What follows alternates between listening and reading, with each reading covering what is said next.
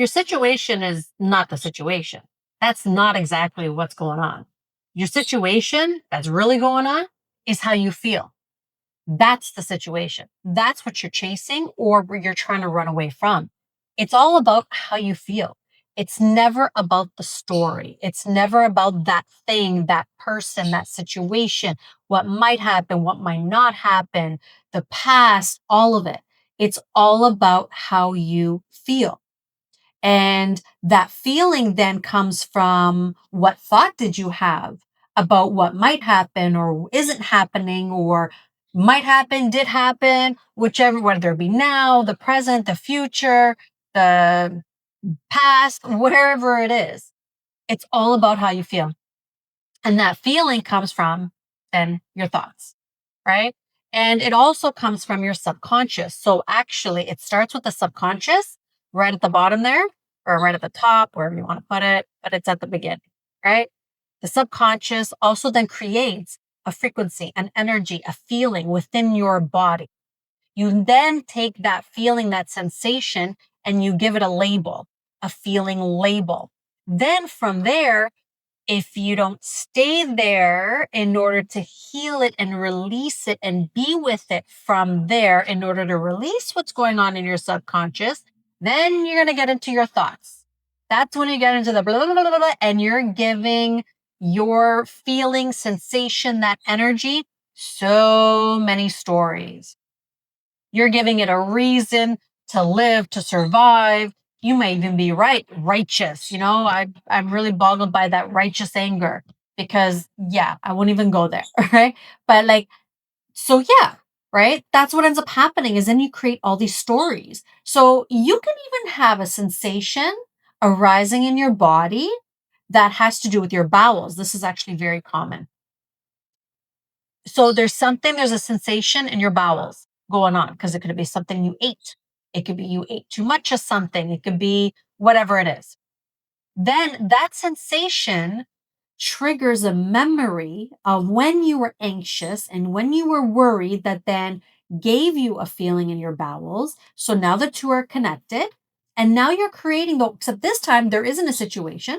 It's just a sensation within your bowels that then is giving you like an anxious type of feeling. And now you're creating stories in your head, right? It's this cycle and it's all about breaking it. And the more you can get out of your head, and now I'm not talking about demonizing your head. Let's not do that. Okay. That's your brain. That's the brain aspect. It's kind of created to run on a loop and to like take in information and kind of loop it and all that kind of stuff. And then there's parts, of course, like, demonize it. We walk, we talk, we can do all kinds of wonderful things with this, like the brain part of us.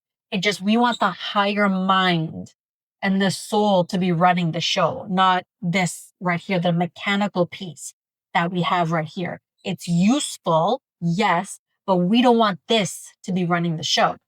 Anyways, if you come back to the feelings, come back to the emotions, the sensations in your body, even if you stop labeling them and looking at them as just sensations, it'll take you back to the core belief of what's going on. And it may even take you to if it's just physical, like there's something that bothered you and it's, causing a sensation in your tummy.